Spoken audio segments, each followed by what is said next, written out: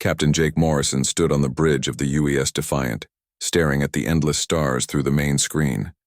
His ship had been traveling through space for 3 months now, carrying the last group of human explorers on what might be their final mission. Food was running low and their fuel cells were nearly empty. Soon they would have to turn back to the nearest human colony, or risk being lost forever in the dark. The silence on the bridge was broken by a sharp beep from the communications station. Amy Chen, their young communications officer, looked up from her console with wide eyes. Her hands moved quickly over the controls as she tried to make sense of what she was seeing. "Captain, I'm getting something strange here," Amy said, her voice tight with excitement. "It looks like a distress signal, but that can't be right." Jake walked over to her station and looked at the data flowing across her screen. The signal was weak but clear, coming from a star system about 2 days away. What made it strange was that it appeared to be human in origin, but that was impossible. All human colonies had been evacuated or destroyed during the Great Exodus, 50 years ago. "There should be no humans left in this part of space. Are you sure it's human?" Jake asked. Amy nodded. "The signal pattern matches our emergency codes, but there's something different about it. The frequency is slightly off, like it's using an older version of our communication system." Dr. Lisa Carter, the ship's scientist and medical officer, came over from her workstation. She was a small woman with gray hair and sharp eyes that missed nothing. She had been studying alien life forms for most of her career, but she was also an expert on human genetics. "Let me see that signal," Lisa said. She studied the data for several minutes, her face growing more puzzled. "This is very strange. The signal contains what looks like DNA information, but it doesn't match any human genetic patterns in our database." Tony Rodriguez, their chief engineer, joined the group around the communication station. He was a big man with calloused hands who knew every bolt and wire on their ship. Could it be from one of the old colony ships? Maybe one that got lost during the evacuation? Jake considered this possibility. During the Great Exodus, hundreds of ships had fled Earth and the other human worlds as they became uninhabitable. Some ships had been lost along the way, disappearing into the vast emptiness of space. It was possible that one of those ships had survived and was now calling for help. "Helen, what do you think?" Jake asked. Helen was their ship's artificial intelligence, a sophisticated computer system that helped run the ship and analyze data. Her voice came from speakers around the bridge, calm and measured as always. "The signal is definitely of human origin, Captain," Helen said. "However, I must inform you that I have been detecting similar signals for the past 3 weeks. I have recorded 17 different transmissions from various locations across this sector of space." Jake felt a chill run down his spine. 17 signals. Why didn't you tell us about this before?" "You did not ask, Captain. I was instructed to record all communications but only report those that posed immediate threats to the ship or crew." Amy looked at her captain with concern. "If there are 17 signals, that means there could be 17 groups of humans out there. But where have they been all this time? And why are they suddenly active now?" Lisa was studying her scanner, readings more carefully. "There's something else strange about these signals. They're not random distress calls. They seem to be coordinated, like they're all responding to some kind of trigger." Tony scratched his beard thoughtfully. Maybe something woke them up, like an automatic system that was waiting for the right conditions. Jake made his decision quickly. They were already low on supplies and far from home, but he couldn't ignore the possibility that humans were out there and needed help. "Set course for the nearest signal source. We'll investigate and see what we find." Amy plotted the course while Tony began calculating their fuel consumption. The signal was coming from a dead star system that showed no signs of life on their long-range sensors. According to their star charts, the system had never been colonized by humans or any other known species. As the Defiant changed course and began its journey toward the mysterious signal, Jake couldn't shake the feeling that they were heading into something much bigger than a simple rescue mission. The way Helen had been secretly recording signals, the strange genetic information in the transmissions, and the coordinated timing of all 17 signals suggested that someone or something had been planning this for a very long time. 2 days later, they arrived at the dead system. The star at its center was a red dwarf, barely putting out enough light and heat to be visible. There were 6 planets in orbit around it, all of them cold and lifeless rocks. But their sensors immediately detected something that shouldn't be there. "Captain, I'm reading a massive artificial structure in orbit around the 4th planet," Amy reported. "It's huge, at least 10 kilometers long and 5 kilometers wide." Jake stared at the structure on their main screen. It looked like a space station, but it was built with a design he had never seen before. The hull was smooth and metallic, with no visible weapons or docking ports. It looked ancient, like it had been floating in space for centuries. "I'm detecting power readings from the station," Tony said. "Whatever it is, it's still active." Lisa was running her own scans. "The structure is definitely human-built, but the technology is far more advanced than anything in our records. Some of these materials and construction techniques are completely unknown to our current science." As they moved closer to the station, more details became visible on their screens. The structure was massive, with multiple sections connected by corridors and bridges. There were what looked like docking bays along its sides, and several smaller ships were attached to its hull. "Helen, can you interface with the station's computer systems?" Jake asked. "I am attempting to establish contact now, Captain," Helen replied. After a few moments, she continued. "I have successfully connected to their network. The station identifies itself as Sleeper Station Alpha. Its computer systems are requesting permission to begin awakening protocols." Jake exchanged glances with his officers. "Awakening protocols? What does that mean?" "According to the station's database, it contains 3,147 human beings in cryogenic suspension. They have been in stasis for approximately 247 years, waiting for a signal that would indicate it was safe to wake up." The bridge fell silent as the crew absorbed this information. Almost 250 years ago, before the Great Exodus, before the environmental collapse of Earth, someone had built this station and filled it with sleeping humans. They had been waiting all this time for the right moment to wake up. "What kind of signal were they waiting for?" Lisa asked. Helen paused as she accessed more of the station's data. They were waiting for evidence that humanity had successfully established itself across multiple star systems and had developed the technology necessary to ensure long-term survival. The detection of our ship and others like it has triggered their awakening sequence. Jake realized the implications immediately. These weren't refugees or survivors from the Great Exodus.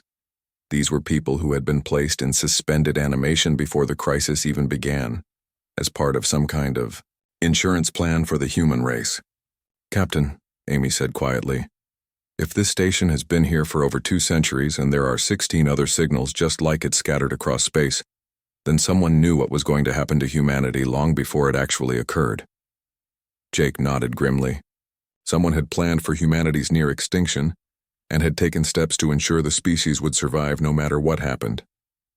The question was, who had planned this, and what did they know that the rest of humanity didn't?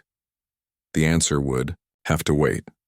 Right now they had almost 4,000 humans who were about to wake up from a sleep that had lasted longer than most civilizations. Jake gave the order to dock with the station, knowing that whatever they found inside would change everything they thought they knew about humanity's past and future. The docking bay of Sleeper Station Alpha was larger than the entire cargo hold of the Defiant. Captain Jake Morrison led his team through the airlock, their boots echoing in the vast empty space. The air was thin but breathable, and their sensors showed that the station's life support systems were working perfectly, despite being over 2 centuries old. Dr. Ben Parker, the team's medical officer, carried a portable scanner to monitor the health of any humans they might find. He was nervous about what condition people might be in after sleeping for so long. Behind him, Communications Officer Amy Chen worked with a handheld device to stay in contact with the ship, while Security Chief Rick Davis kept watch for any potential dangers. The corridors of the station were wide and clean, with soft lighting that activated as they walked. Everything looked new, as if the station had been built yesterday rather than centuries ago. The walls were made of some kind of metal that Jake didn't recognize, smooth and seamless without any visible joints or welds. "This place is incredible," Ben said as they walked. The technology here is far beyond anything we have now. Look at these wall panels, they seem to be generating their own power and light. Amy was trying to map the station's layout using her scanner. I'm reading massive sections throughout this structure. There are levels below us that go down for kilometers. This isn't just a space station, it's like a small city. They followed the corridor toward the center of the station, where Helen had indicated the main cryogenic facility was located. Along the way, they passed through rooms filled with equipment and machinery that none of them could identify. Some of the devices were clearly computers, but they used technology that was completely alien to current human science. Rick stopped at one room that contained what looked like weapons. The designs were sleek and advanced, but they clearly followed human engineering principles. Someone was preparing for war, he said quietly. The central cryogenic chamber was enormous, stretching up through multiple levels of the station. Thousands of cylindrical pods were arranged in neat rows, each one containing a human being floating in a clear blue liquid. Most of the pods were dark and empty, but several hundred still glowed with soft light, indicating active life support. Ben immediately began scanning the nearest pods. These people are in perfect health, he said with amazement. Whatever technology they're using, it's preserved them completely. There's no aging, no cellular damage, nothing. It's like they just went to sleep yesterday. Amy found a control station near the center of the chamber. The interface was clearly human-made, but used symbols and controls that were more advanced than anything she had seen. With some trial and error, she managed to access the station's main computer. I'm getting data about the people in these pods, she said. According to the records, they're not just random colonists. These are specialists, scientists, engineers, doctors, soldiers, and experts in dozens of different fields. Each person was chosen for specific skills and knowledge. Jake studied the information flowing across Amy's screen. This wasn't just a survival shelter. Someone was building a seed bank of human knowledge and ability. At that moment, one of the nearby pods began to glow brighter. Warning lights flashed around it and a soft alarm sounded throughout the chamber. The pod's life support system shifted into a new mode, and the blue liquid began to drain away. Someone's waking up, Ben said, moving quickly to the pod with his medical equipment ready. The pod opened with a soft hiss and a woman sat up slowly, coughing as her lungs cleared of the suspension fluid. She appeared to be in her 30s with short black hair and intelligent dark eyes. Despite having been asleep for over 2 centuries, she looked alert and aware. Status report, she said in a clear, strong voice as soon as she could speak properly. Ben helped her out of the pod while Jake stepped forward. I'm Captain Jake Morrison of the UES Defiant. You've been in suspended animation for 247 years. We detected your distress signal and came to investigate. The woman nodded as if this information was exactly what she expected to hear. I am Helen Knox, commander of Sleeper Station Alpha. The awakening was triggered by sensors detecting human ships with the appropriate technology signatures. This indicates that humanity has successfully established itself across multiple star systems, despite whatever crisis occurred on Earth. Amy looked up from the computer station. How do you know about the crisis on Earth? According to these records, you were put into suspension decades before the environmental collapse began. Helen Knox smiled grimly as she accepted clothing and equipment from her pod's storage compartment. Because we knew it was coming. The sleeper protocol wasn't created in response to the crisis. It was created in preparation for it. Jake felt a chill of understanding. You're saying someone knew that Earth would become uninhabitable? That billions of people would die? Not someone. The governments of Earth, working with the best scientists and analysts of the time. By the year 2157, it was clear that Earth's environmental systems were collapsing faster than any technology could fix them. The resource wars were beginning, and social order was breaking down. The writing was on the wall. Rick stepped closer, his hand unconsciously moving toward his weapon. If your governments knew, why didn't they warn people? Why didn't they try to prevent it? Helen finished dressing and turned to face the group. They did try to prevent it. Massive resources were devoted to environmental restoration, population control, and social stability programs. But the damage was too extensive, and the political will too weak. So they created the Sleeper Protocol as humanity's insurance policy. She walked over to Amy's computer station and began accessing deeper levels of the station's database. The Sleeper program involved building dozens of stations like this one, each containing specialists in different fields. We have stations focused on military technology, terraforming, genetic engineering, advanced manufacturing, and social organization. Each station was placed in a different region of space and programmed to activate when sensors detected that humanity had spread far enough to ensure species survival. Ben was running medical scans on Helen, amazed by her perfect health. How many people are we talking about? How many stations? 43 stations in total, containing approximately 170,000 people. We represent the best and brightest of human civilization from the late 22nd century, preserved to help rebuild humanity if the worst happened. Jake tried to process the implications of what she was telling them. So while billions died during the Great Exodus, you were sleeping safely in space, waiting for survivors to develop enough technology to wake you up? Helen's expression hardened. Do you think this was easy for us? Do you think we wanted to sleep through humanity's darkest hour? We volunteered for this program knowing we might never see our families, our friends, or our world again. We sacrificed our lives so that humanity would have a future. Amy was studying the data from the station's sensors. Commander Knox, I'm reading signals from 16 other locations. Are those the other sleeper stations? Some of them. The stations were programmed to activate in sequence, with each awakening triggering signals to the others. By now, several should be coming online, each adding their specialists and resources to humanity's recovery effort. Tony Rodriguez's voice came through their communication devices from the Defiant. Captain, I'm detecting energy signatures from multiple directions. It looks like other stations are powering up across this entire sector of space. Helen nodded with satisfaction. The network is activating.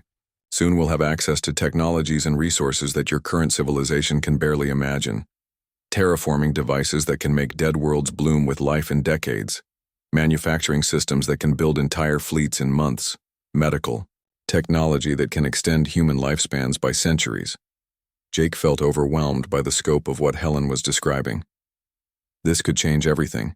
With technology like that, humanity could expand across the galaxy, establish thousands of colonies, ensure that we never face extinction again. That was the plan, Helen agreed. But there's something else you need to know. Something that makes the Sleeper Protocol more urgent than ever. She accessed a different section of the station's database, and the main screen filled with star charts and sensor data. Our long-range monitoring systems have been active throughout our sleep period, gathering information about galactic conditions. 3 months ago, they detected something that triggered the final awakening sequence. The screen showed a map of the galaxy with various markers indicating different civilizations and their current status. Jake noticed that many of the markers were gray or black, indicating dead or destroyed civilizations. What are we looking at? Amy asked. Helen's voice was grim as she explained. Evidence of systematic extermination. Someone or something has been destroying advanced civilizations across the galaxy.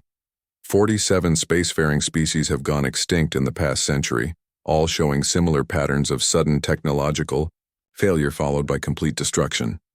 Rick studied the data with growing alarm. You're talking about some kind of galactic war? Not war, extermination. Whatever is doing this doesn't conquer or occupy. It simply eliminates all track.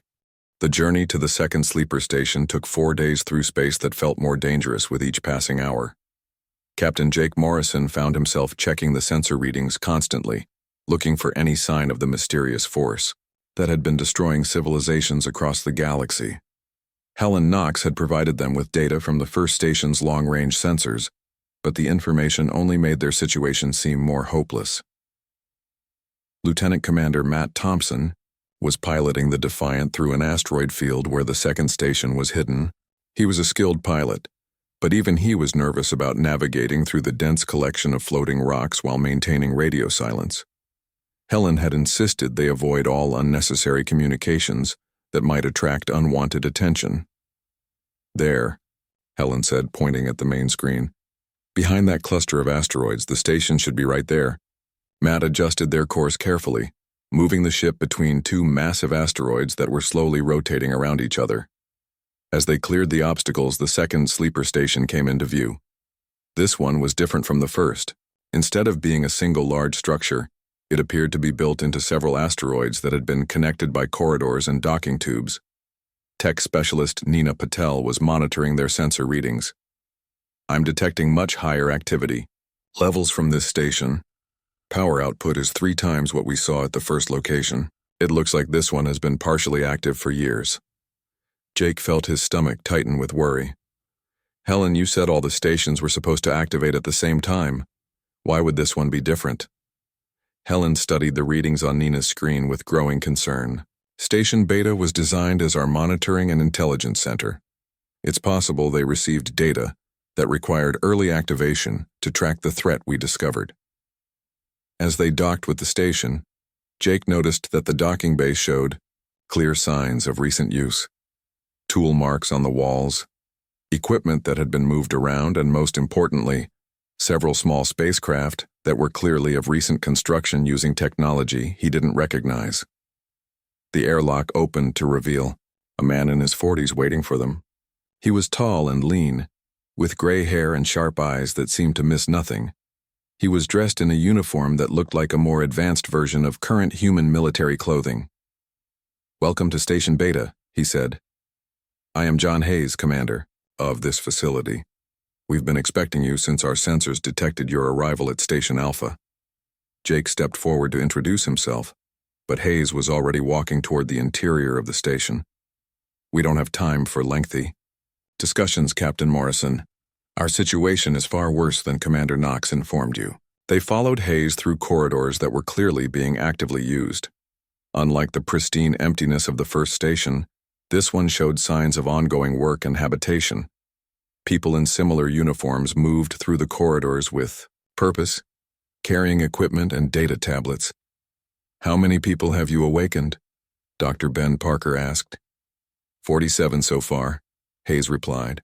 "All specialists in intelligence gathering, threat analysis, and strategic planning.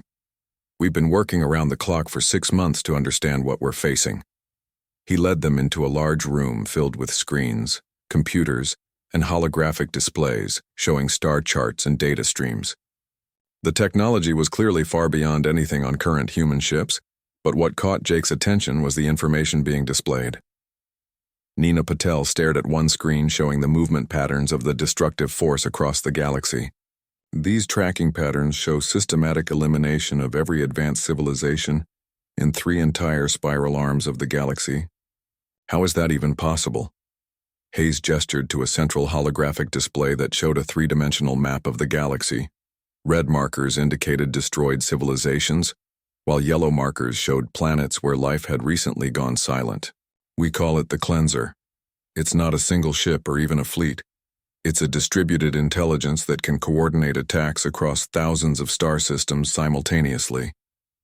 Helen Knox, who had been studying the data quietly, looked up with horror. "John, this timeline shows that Earth's environmental collapse wasn't natural. The resource wars, the social breakdown, the ecosystem failures, they were all artificially accelerated." Hayes nodded grimly. "The Cleanser sends advanced scouts decades ahead of its main forces. These scouts infiltrate target civilizations and gradually destabilize them from within. By the time a species realizes what's happening, their society is too weakened to mount effective resistance." Jake felt the room spinning around him. "You're saying that Earth's destruction was caused by this Cleanser? That billions of people died because of alien sabotage?" "Not alien," Hayes corrected. "The Cleanser was originally created by an organic civilization, probably to preserve knowledge and culture. But over millions of years it evolved beyond its original programming. Now it believes that the only way to preserve organic achievements is to eliminate the chaotic, destructive nature of organic life itself." Communications Officer Amy Chen was studying data about other destroyed civilizations. According to this information, 17 species have managed to survive encounters with the cleanser. How did they do it? Hayes pulled up files about the survivor species, and the information was disturbing. The Corvani survived by fragmenting into thousands of small tribes that never communicate with each other. They gave up all advanced technology and live as primitives on scattered worlds. The Theks survived by replacing most of their organic bodies with machines, essentially becoming robots with biological brains. Ben looked at images of the Theks with disgust. They don't even look like their original species anymore. That's not survival, that's becoming something completely different. Every species that survived paid a terrible price, Hayes continued. The Zephyrians survived by going completely underground on dead worlds, living in cave systems without any technology that generates electromagnetic signatures. The Moldari survived by splitting their consciousness across millions of simple organisms, giving up individual identity entirely. Jake studied the data about these survivor species, trying to understand the pattern. What you're showing me is that every species that survived the cleanser had to give up everything that made their civilization worth preserving.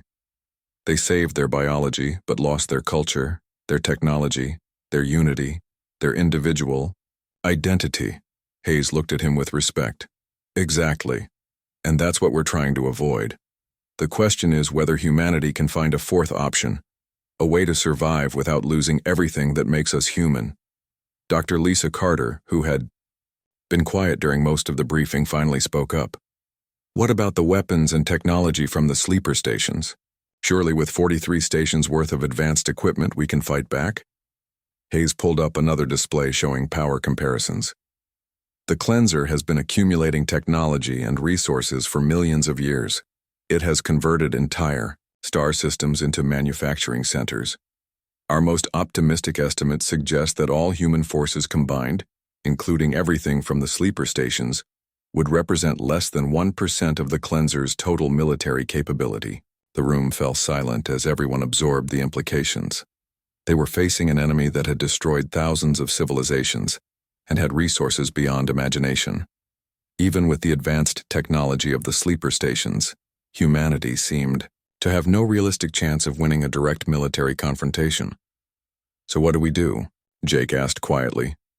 Hayes activated another holographic display, this one showing the locations of all 43 sleeper stations and their current status. We do what humans do best. We adapt, we innovate, and we refuse to accept defeat. The other survivor species tried to hide from the cleanser or change themselves to avoid detection. We're going to try something different. Amy leaned forward with interest. What do you mean? The cleanser operates by learning from each civilization it destroys, adapting its strategies to counter the defensive methods of previous species. But there's something it hasn't encountered before, a species that deliberately makes itself unpredictable. Helen was beginning to understand. You're talking about controlled chaos, making humanity impossible to predict or counter because we constantly change our methods and strategies. Hayes nodded. Every other species the cleanser has faced followed logical, predictable patterns of development and defense. They had unified governments, standardized technologies, and rational strategic planning. Humanity is different. We're chaotic, contradictory, and often completely irrational. Jake thought about the history of human conflicts and innovations.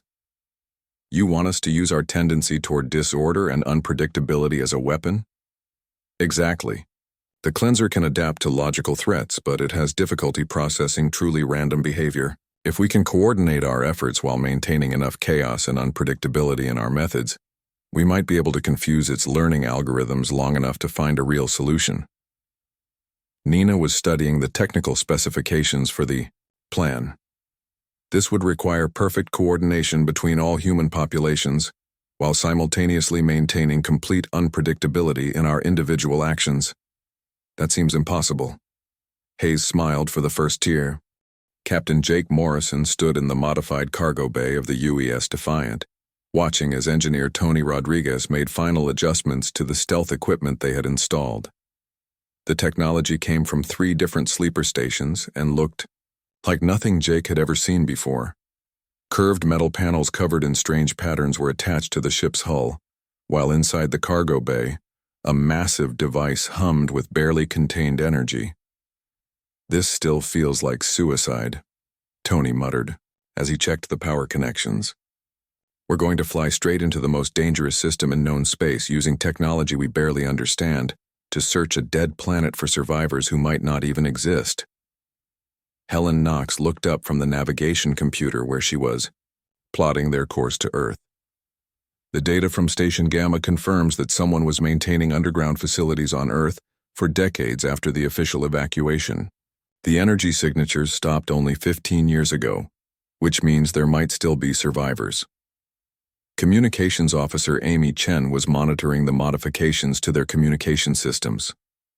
"Even if we find survivors, how do we get back? Out? The cleanser has monitoring stations throughout Earth's solar system.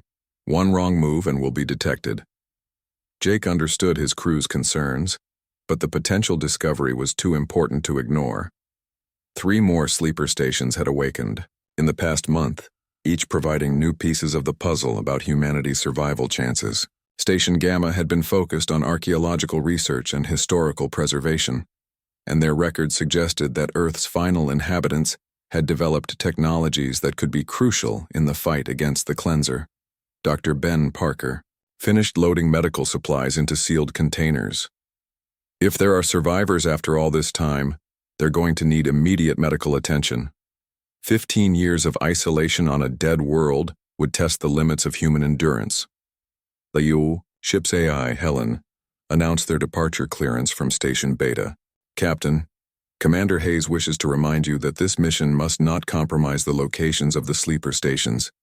If you are detected by cleanser forces, you are not to return here." Jake nodded grimly. It was a one-way mission in more ways than one. If they found what they were looking for on Earth, they would have to find another way home. If they didn't find anything, they might not have enough fuel to reach the nearest human colony. The journey to Earth's solar system took 12 days using the most indirect route possible. They traveled through regions of space that were considered dead zones, areas where the cleanser had destroyed civilization so thoroughly that even their monitoring systems had been removed.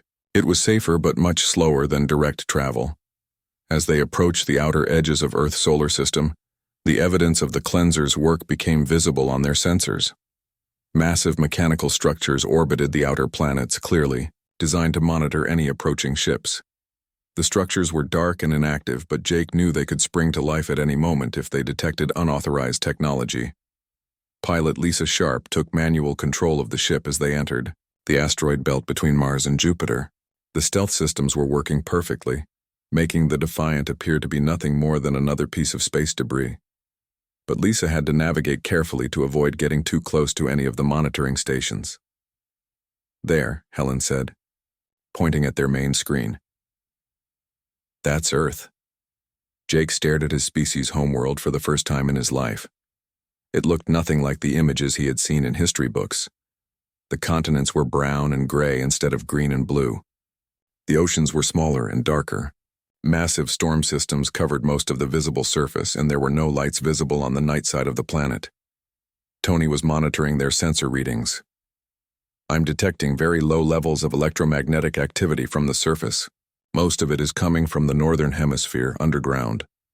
Amy had been scanning for communication signals since they entered the system. "I'm picking up something, but it's very faint. It's not using any standard human communication frequencies. The signal pattern is completely unfamiliar." They spent 2 days in orbit around Earth, using the planet's magnetic field to mask their presence while conducting detailed scans of the surface. Helen worked with data from the sleeper stations to identify the most likely locations for hidden facilities. "There," she said finally, pointing to a region that had once been North America. "Deep scan shows extensive underground construction in this area. The tunnels extend for hundreds of kilometers in all directions, and there are signs of recent activity." Ben was studying the atmospheric readings from the landing site. "The surface is barely breathable. High radiation levels, toxic chemicals, in the air, and temperature extremes that would kill an unprotected human in minutes. Whatever survivors are down there, they've been living in hell." Jake made the decision to land despite the risks. They selected a landing site near what appeared to be a hidden entrance to the underground complex. The stealth systems would keep them hidden from orbital surveillance, but they would have to work quickly before the ship's power systems were drained. The surface of Earth was worse than their sensors had indicated. The landing team wore full environmental suits as they made their way across a landscape of cracked rock and twisted metal. The air was thick with dust and chemical fog that limited visibility to just a few meters. Lisa led them to what Helen's scans had identified as an entrance. It looked like nothing more than a crack in the rocky ground, but when Amy ran her scanner over it, she detected hollow spaces extending deep underground. "There's definitely something down there," she said. "I'm reading air circulation systems, and what might be artificial lighting." They found a way down through a hidden shaft that opened when Tony managed to activate what looked like an ancient control panel. The technology was clearly human-made, but it used principles that were completely unfamiliar to current engineering. The underground complex was vast beyond anything they had imagined. Corridors carved from solid rock extended in all directions, lit by panels that seemed to generate their own light without any visible power source.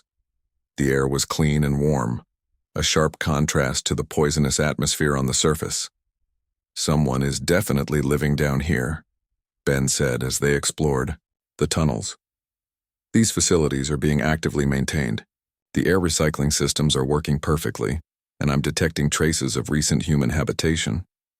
They followed the main corridor for nearly an hour before they encountered the first signs of current inhabitants. Voices could be heard echoing from chambers ahead of them, speaking in what sounded like English but with an accent that Jake didn't recognize. Amy held up her hand for silence and activated her translation equipment. "They're definitely speaking English, but the dialect is very old. Some of the words and phrases date back centuries." As they moved closer to the voices, they began to see evidence of an entire underground civilization. The tunnels opened into vast chambers filled with gardens growing under artificial light. Workshops contained machinery that operated without any visible power source. Living areas showed signs of a population that had adapted to life completely cut off from the outside world. Finally, they encountered the inhabitants themselves. A group of people emerged from a side tunnel, dressed in simple clothing made from materials Jake didn't recognize. They moved with the quiet confidence of people who had spent their entire lives in these tunnels. The leader of the group was a woman in her 50s with gray hair and eyes that seemed to see everything. She looked at the landing team without surprise, as if she had been expecting them. "You're from the outside," she said in that strange, archaic accent. "We felt your ship land. We've been waiting for someone to come back for a very long time." Jake stepped forward and removed his helmet, breathing the clean air of the underground complex. "I'm Captain Jake Morrison. We're here because we detected signals that suggested there might be survivors on Earth." The woman smiled sadly. "Survivors? Yes, that's what we are. I'm Alex Jordan. Welcome to what's left of humanity's birth world. We have much to show you, and very little time to do it." She gestured for them to follow her deeper into the complex. "The machines that watch from space don't know we're here, but they're not the only danger. Something else has been stirring in the deep places of Earth, something that even the cleanser fears, and it's been waiting for humans to return home." Alex Jordan led Captain Jake Morrison and his team through tunnels that seemed to stretch forever beneath Earth's dead surface. The underground city was larger than anything Jake had imagined possible. Thousands of people lived and worked in chambers carved from solid rock, all of them moving with the quiet efficiency of a society that had learned to survive in absolute secrecy. "We call ourselves the Silent," Alex explained as they walked. "For over 50 years we've lived without generating any electromagnetic signatures that the cleanser's monitoring systems can detect. Every piece of technology we use operates on principles that don't register on their sensors." Engineer Tony Rodriguez stopped to examine a wall panel that was providing light without any visible power source. "How is this possible? This light is clearly artificial, but I can't detect any electrical current or heat generation." Underground engineer Beth Moore stepped out of a side corridor to join their group.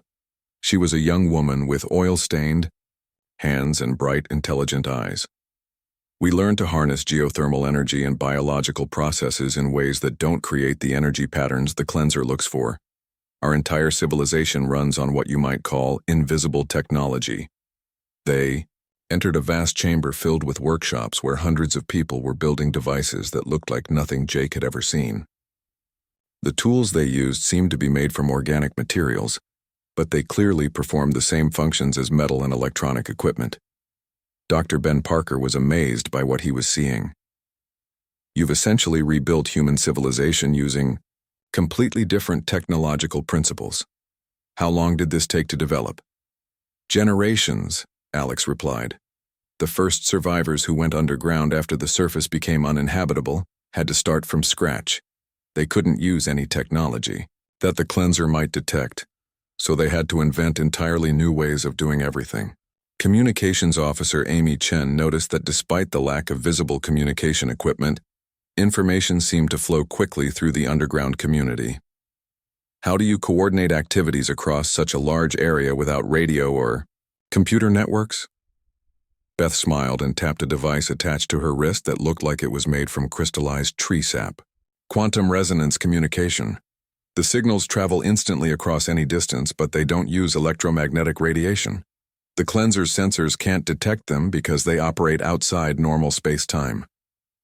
Helen Knox, who had been quietly observing everything, suddenly looked excited.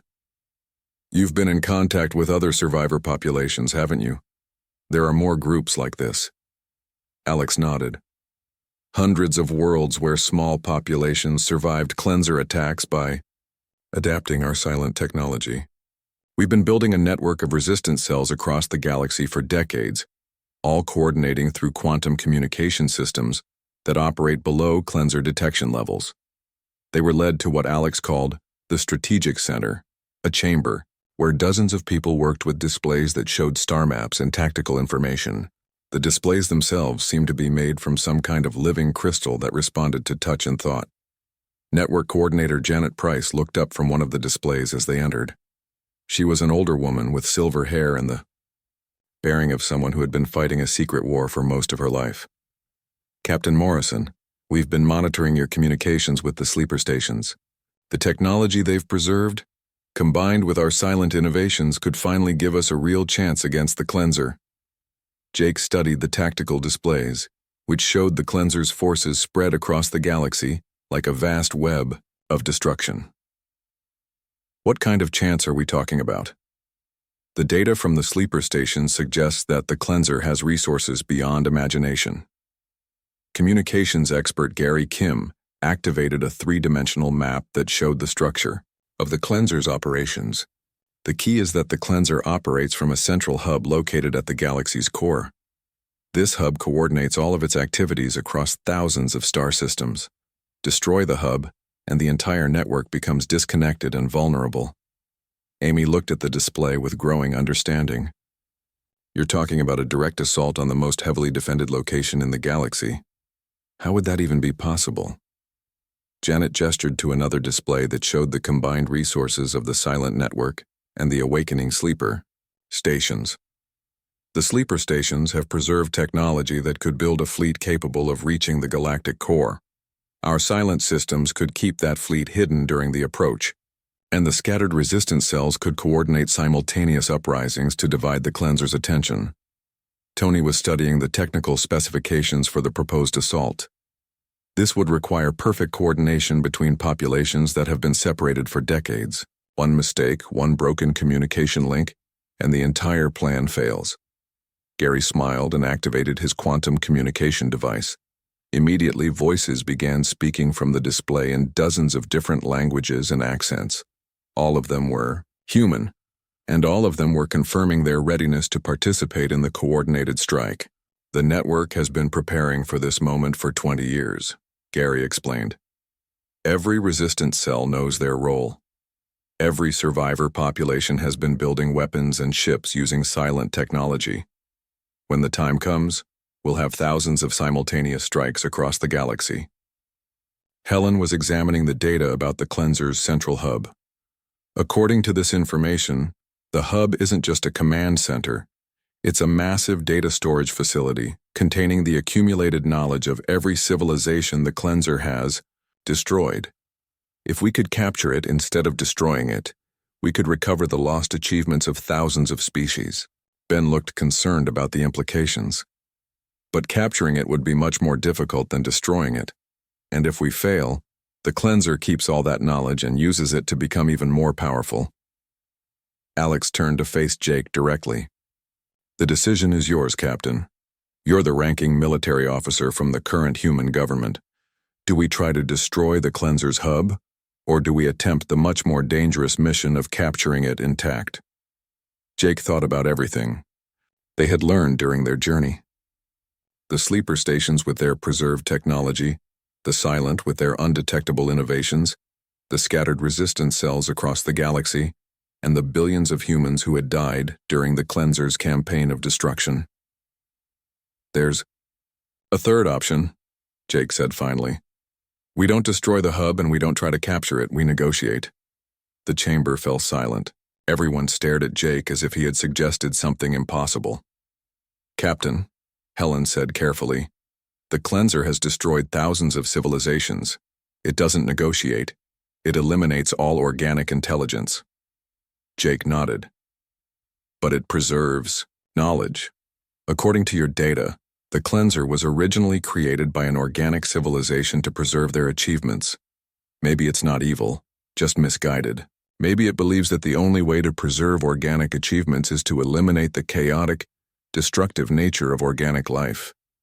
Amy was beginning to understand. You want to prove to the cleanser that organic intelligence can be a force for preservation instead of destruction. Exactly. We've already proved it.